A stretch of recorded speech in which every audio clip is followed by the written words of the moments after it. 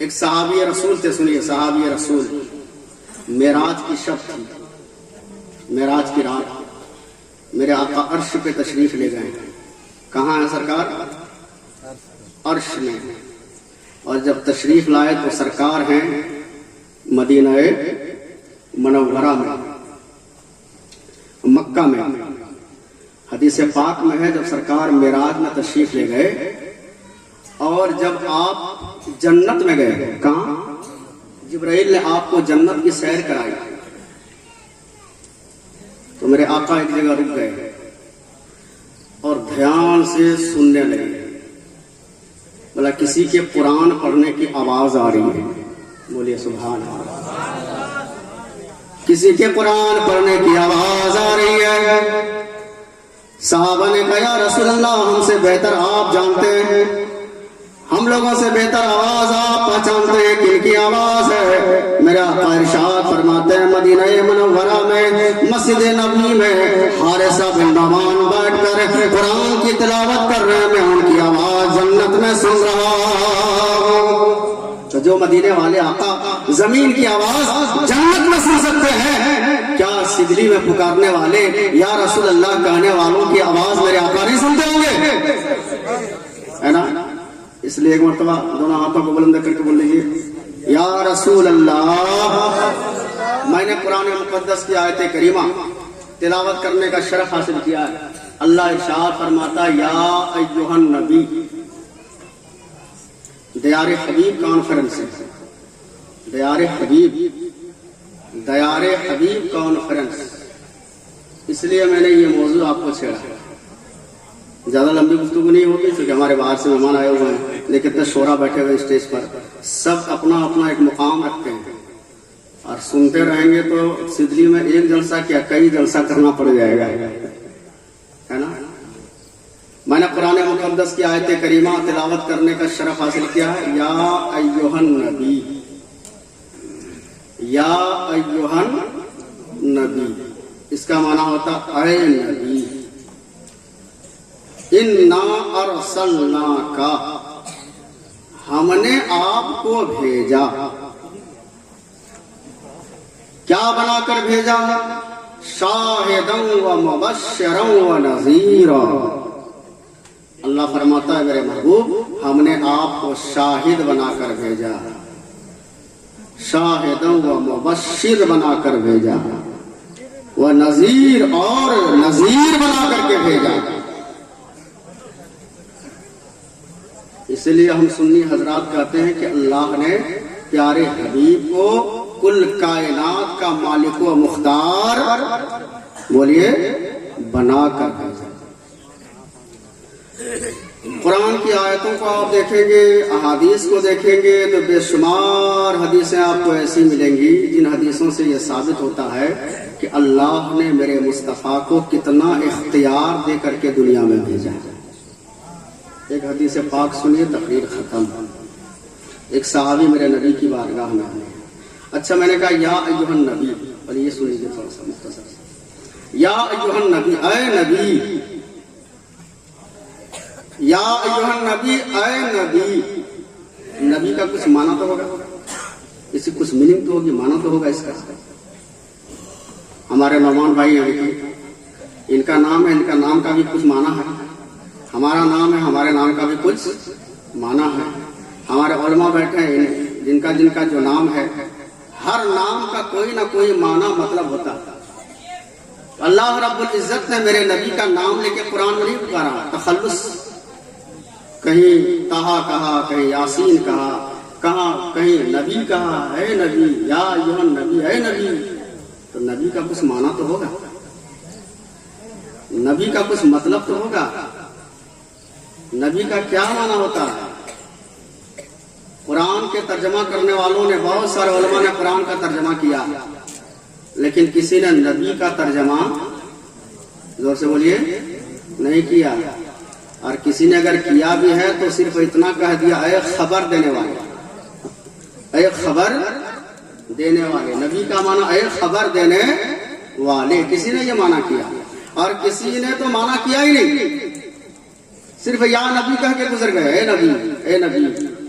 اور کسی نے کہا اے خبر دینے والے، اے خبر دینے والے، یا اللہ کیا خبر دینے والے کو نبی کہتے ہیں؟ عشق نے پکارا، کیا خبر دینے والے کو نبی کہتے ہیں؟ مولانا اگر خبر دینے والا نبی ہو جائے تو ہر خبر دینے والا، زور سے بولیے، نبی ہو جائے گا۔ ہر رسل و رسائل، ہر ریڈیو چینل، ہر ٹی وی اسٹیشن، سب کیا ہو جائے گا؟ نبی ہو جائے گا۔ یا اللہ پھر نبی کسے کہتے ہیں؟ کسی نے نبی کا ترجمہ نہ کیا، نبی کا معنی نہ بتایا۔ اگر کسی نے نبی کا معنی کیا بھی ہے تو ہے خبر دینے والے، ہے پروردگار کیا خبر دینے والے کو نبی کہتے ہیں؟ کیا خبر دینے والے کو نبی کہتے ہیں؟ اللہ خبر دینے والے کو نبی کہا جائے تو ہر خبر دینے والا نبی ہو جائے گا۔ یا اللہ پھر کس کو نبی کہتے ہیں؟ عشق نے پکارا، اگر لفظ نبی کا معنی جاننا ہو، صحیح اس کی میننگ، صحیح مفہوم، صحیح معنی سمجھنا ہو تو سیدھے بریلی کے تاجدار امام عشق و محبت اعلیٰ حضرت کی بارگاہ میں چلا جا، وہاں سے تمہیں نبی کا معنی سمجھ میں آ جائے گا۔ اے امام عشق و محبت، نبی کسے کہتے ہیں؟ آواز آئی سنو، نبی صرف خبر دینے والے کو نہیں، بلکہ نبی وہ ہوتا ہے جو صرف خبر نہ دے، بلکہ نبی وہ ہوتا ہے جو لوگوں کو غیب کی خبریں بتائے۔ تو غیب کی خبر دینے والے کو نبی کہتے ہیں۔ اس نبی کو اللہ نے بھیجا تو کیسا بنا کر بھیجا؟ ایک حدیث پاک سنیے، میرے نبی کی بارگاہ میں ایک عربی آئے۔ عربی کس کو کہتے ہیں؟